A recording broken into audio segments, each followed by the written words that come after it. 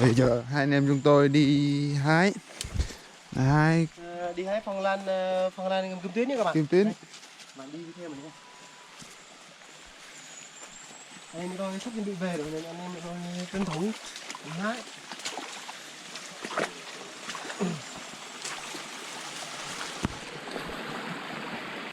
Đây thưa các bạn, đây anh em thấy này, phong lan kim tuyến này các bạn. Đây cái con rất là nhiều cái con này. Đấy. Mà anh em tôi chưa hái được mà. Cây này đang lớn rồi đây các bạn. Đây, để tôi nhổ nha. Đây. Đây, đó. Cây rất là quý hiếm luôn. Đấy, ở đây anh em tôi thấy một cây lớn thôi. Một cây nhỏ nhỏ còn nhiều lắm này. Cây nhỏ nhiều lắm, cây con đã thấy không? Nhỏ quá nên em tôi không bước về được. Để lại. Đấy, rất nhiều ở chỗ đây nữa này. Đây nữa này, đấy. Em chỉ kiếm được cây mẹ nó lớn thôi rồi. Đi. Ý, còn chưa? Thì con đem về trồng thôi. Do nó xuống này em thấy không?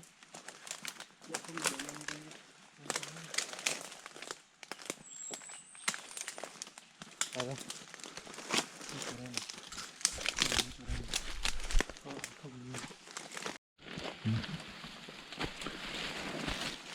Đây này các bạn. Thì anh em tôi thấy đây. Này rất nhiều đây phải không? Đấy. Đấy. Đây nữa nha các bạn. Đây, cây này to này. Đấy. Đây các bạn. Đấy. Đây nữa này. Hai cây nữa này. Đây nữa này. Còn trên kia này, đó, cái này to này.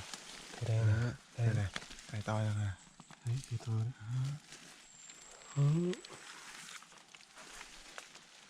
Cây phong lan này rất là quý hiếm các bạn. Còn cái gì? Đây này. Đấy. Được chưa các bạn? Quay lại. Đây này các bạn, đây. Thấy chưa? Đấy. Nhìn rất là phê luôn các bạn. Thèm lắm. Thích lắm. Đây nha các bạn. Còn Đây. đây nữa này các bạn. Đấy, đây được 2 cây rồi. Đấy. Đây nữa các bạn. Đây. Cây đây này to này. Đấy. Đây này. Rất là to luôn các bạn ơi. Đấy. Ý chà. Nhổ nhẹ nhàng luôn. Cả rễ cái gì luôn, rất là sung sướng luôn. Ý, đây nữa này. Rất là nhiều. Cây con cũng rất là nhiều nhưng mà để lại thôi. Với cây mẹ lớn lớn thôi. Ý. Cái này này. Đây này các bạn, đây này. Cái này này, này. Đủ cái này dùm này. Những cây này này. Cây ngon ngon thôi. Đấy. Rồi tiếp tục. Nhẹ. Đấy cây đây này các bạn. Thấy không? Đó nhưng mà nhỏ quá. Nên tôi để lại. Đây này các bạn, đây này. Đấy. Thấy chưa? Đấy. Đây này. Nấu cho các bạn xem nè. Đây cái con kia để lại. Nhỏ thôi.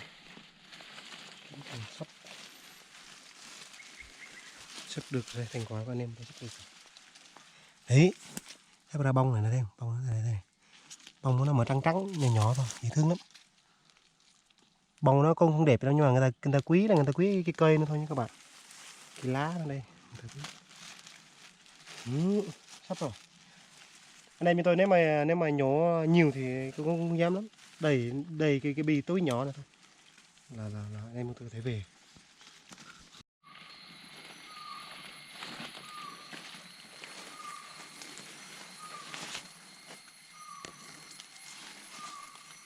Tôi gọi được bịch ngan đó.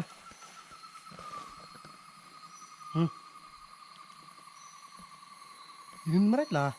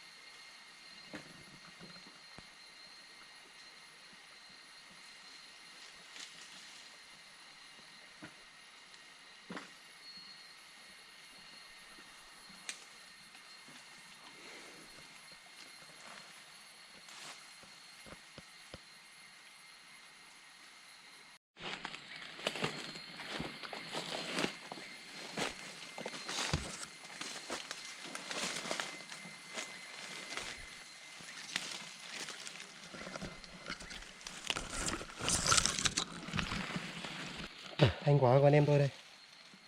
Đấy là thủy tiên trắng, người ta thường gọi là kiêu vuông nha các bạn. Đây kiêu vuông trắng đây, rất là cao luôn, mấy chục mét luôn á.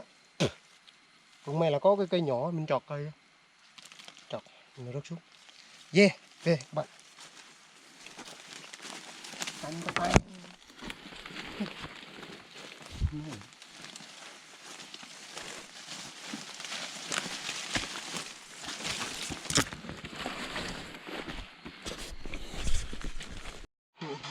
Bọc vẹt juga. Không anh.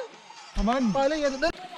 Hiện tại anh em chúng tôi đang lấy nước để chuẩn bị tiến hành di chuyển về chỗ khác luôn, đi nơi khác để tìm hiểu và sinh tồn ở nơi khác nữa. Đó, có cái nắp đằng vàng luôn các bạn ơi. Đó. Âu bé luôn. Đó, thấy chưa? Tiếp theo nữa Và là tiếp căn theo. nước sữa đen. Vâng, nước này nhỏ thôi. Đây là nước cho chuột tịt đấy các bạn ơi. Đó, bây giờ là lính của tôi sẽ đẹp luôn nha. lính của tôi sẽ lấy cho nước cho tịt đó. Đó. Đây là nước chúng tôi đã chế ra vào ngày hôm qua, và ngày hôm nay chúng tôi di chuyển vào chỗ khác nữa. Đấy. Đó, xong. Bây giờ anh em chúng tôi sẽ kết thúc tại nơi đây. Đó, đây là lưới của tôi.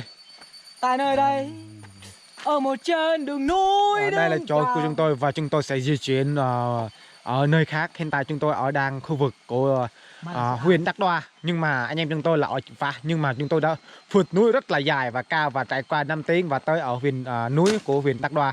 Và hiện tại và chúng tôi sẽ vượt tới đâu và chúng tôi sẽ chưa biết, và chúng tôi sẽ nói các bạn sau. Cảm ơn các bạn.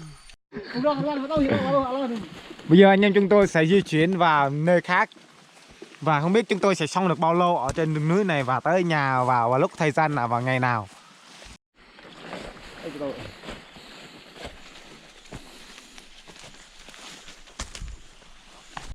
Anh em chúng tôi đã lên được đỉnh núi và nằm ở trên đường nó có bằng một xí, rất là mệt các bạn ơi.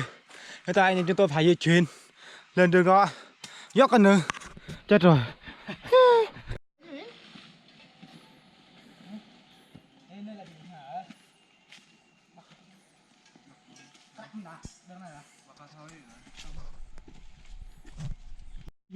Như các bạn đã thấy thì phía bên kia làng rồi các bạn ơi. Phía bên kia là làng rồi. Làng của người ta rồi. Đó là phía bên này là làng của Đắk Đoa. Nên anh em chúng tôi đã tới được gần làng Đắk Đoa rồi. Từ huyện Chợ Phá tới Đắk Đoa luôn. Đó, phía kia là làng nha các bạn ơi. Bây giờ anh em chúng tôi sẽ tới đó và sẽ đi quanh phía Con Tum. Trước mặt mình đã tới được một cây phong lan. Bè tàn nữa thôi. Đây. Nhìn ta khó chịu. Ta vào nơi phải phong lan này bị không bao giờ sót kia lên này. Một loài bắt đi quá. Đồ con da hạc này, thần nu này. Đủ lá đột biến lung. Lá chè này, đồ da hạc này. Ghê chưa các bạn? Đồ. Rất đẹp luôn các bạn. Lưu đồng phúc chơi ở căn thao là nghi chắc phải không? Thì mi biểu đăng nó biểu đi. Cái này chỉ hát đó, cái này chỉ hát đó, cái này đâu đó. Lắm mà.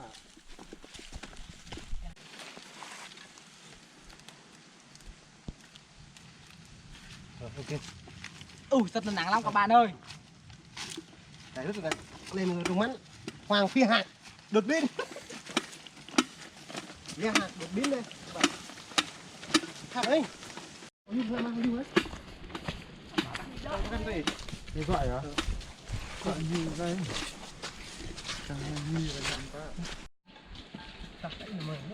Hello.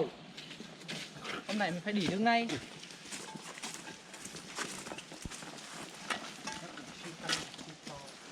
Cái con thỏ không bọ nhiều vào nữa. Cái thỏ nó mang sót thỏ đấy, đục bọ vào đấy. Rồi, may quá các bạn ơi. Anh em chúng tôi đã thấy được cái chuối chín các bạn ơi. Chuối đừng người ta Ở đây là đang ở núi Con Tum. Núi Con Tum nhiều chuối các bạn ơi. Ở trên đường thôi. Chuối ngon. Ngọt. Quẹt đúng rồi, quẹt làm bay dạ, quẹt làm bay dạ. Quẹt làm mình hai thôi. Dạ bị thu. Bị thu thôi. Thu chừng thứ nè. Rất thèm các bạn ơi. Mời đông. Sắp tới còn tôm vui không? Rất vui, mình sắp gặp người yêu rồi.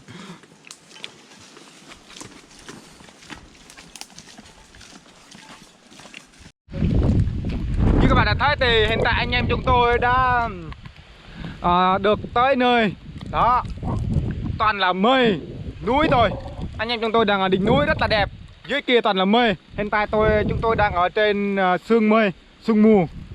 Cảm ơn các bạn đã xem video của Rúp. Hẹn gặp lại các bạn một video tiếp theo hay và thú vị hơn các bạn. Bye bye.